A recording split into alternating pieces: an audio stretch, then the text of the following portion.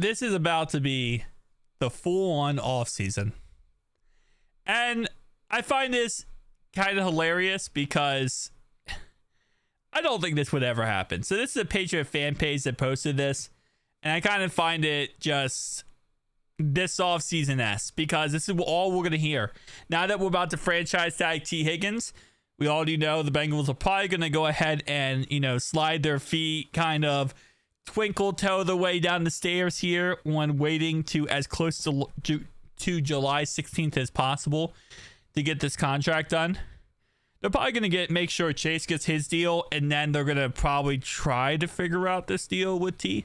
He's going to get signed by us. We're going to keep him, but it's going to take so freaking long to get done.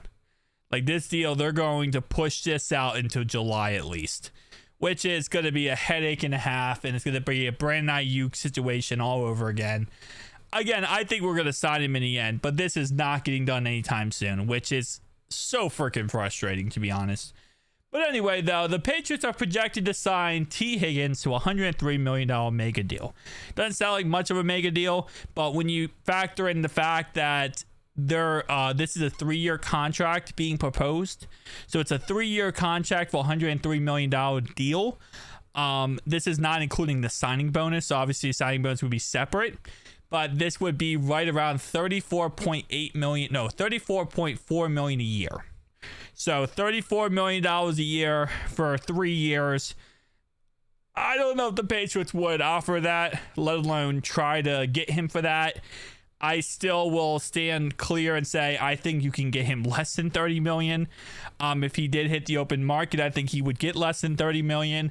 I think he would get right above what Devonta Smith got, which Devonta Smith got around $26 million. Right around $26 million is what Devonta Smith got. He got $25 million for 3 years for $75 million total. I think T, if he hit the open market, would hit 26, 27, maybe 28 if he got in the bidding war. I don't think he would get anything close to 30, and I still will stand by that forever because I just don't see a situation with T. Higgins' injury history where we're talking about him getting anything close to 30 million. 34 million, I think, is outside of left field, and you better sign your contract as soon as possible. But this idea is they sign him to a 3-year, $103 million deal. He's going to want that probably almost fully guaranteed. And also, he's going to need a signing bonus of probably 20 or 30 million, which at that point, the Bengals are not going to match. I'm sorry, but we're not going to match 34 a year for T. Higgins. That's not even a chance on God's green earth. Now, I don't think this would ever happen. So I don't think it really matters. Because not only do they have to pay him 34 a year, they're going to have to give up their first round pick this year and next year, plus $34 million per year for the said T. Higgins, which it's not going to happen. We're going to end up signing T and bringing him back and having him on a squad moving forward.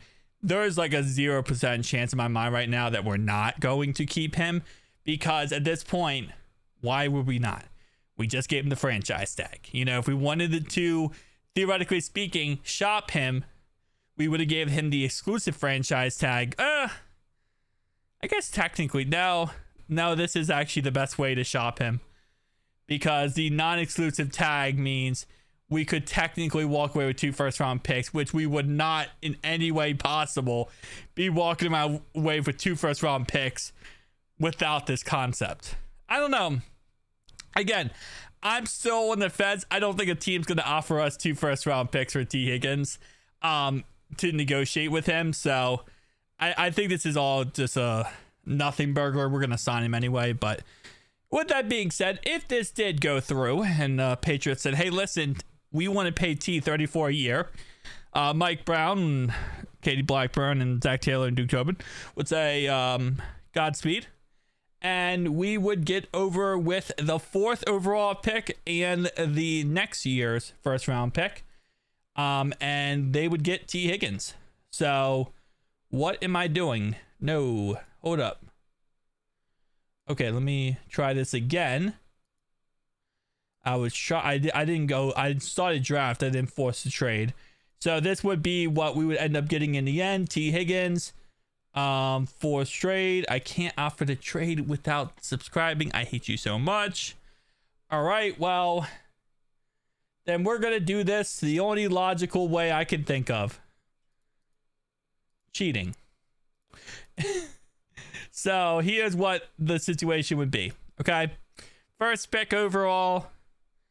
I still think that this is going to be Abdul Carter from Penn State. That's my personal opinion. I don't see how he's not the first pick. He is the best player in this draft. He's better than Travis Hunter. He's better than anybody else.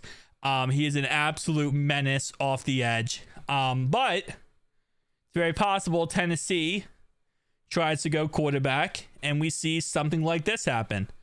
I know it's crazy to say this, but it is very possible that this happens. Quarterback.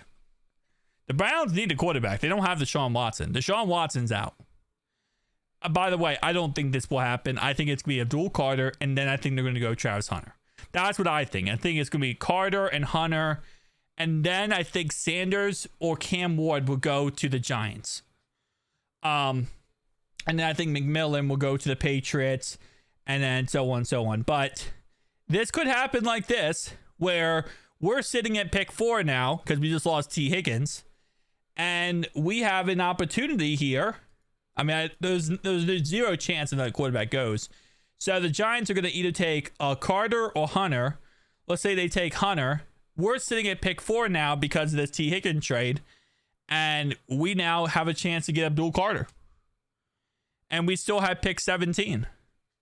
So we could get Abdul Carter here, get ourselves an edge rusher of the future, one of the best, period. And then, yeah, we could also get pick 17. We could take a wide receiver. We could take a defensive lineman, whoever. Again, like I said, at the end of the day, I don't want to lose T. I don't think we're going to lose T. I think we are going to keep T. Higgins. I don't see a scenario where we don't. Because I don't see a scenario where the Patriots are going to pay $34 million a year for a wide receiver with injury history, recently bad injury history, $34 million a year, plus the fact that they're going to have to trade 2 first-round picks, including a top 5 pick, where, if we're being honest, this top 5 pick, because of Abdul Carter and, the 2 quarterbacks that are somewhat okay in the first round here, Sanders and Cam Ward and Travis Hunter, there's just no way. Top 4 pick. There's just no way. They're not going to do that. So no team is going to give us 2 first-round picks. I mean, I like to theorize about it and, hey, well, what if? It's not going to happen.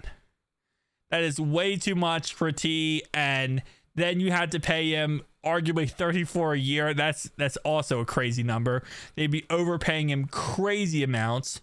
So I think across the board, we're going to see T. Higgins be a Bengal next year, sign a 4-year contract, and he'll be with us for the rest of his career.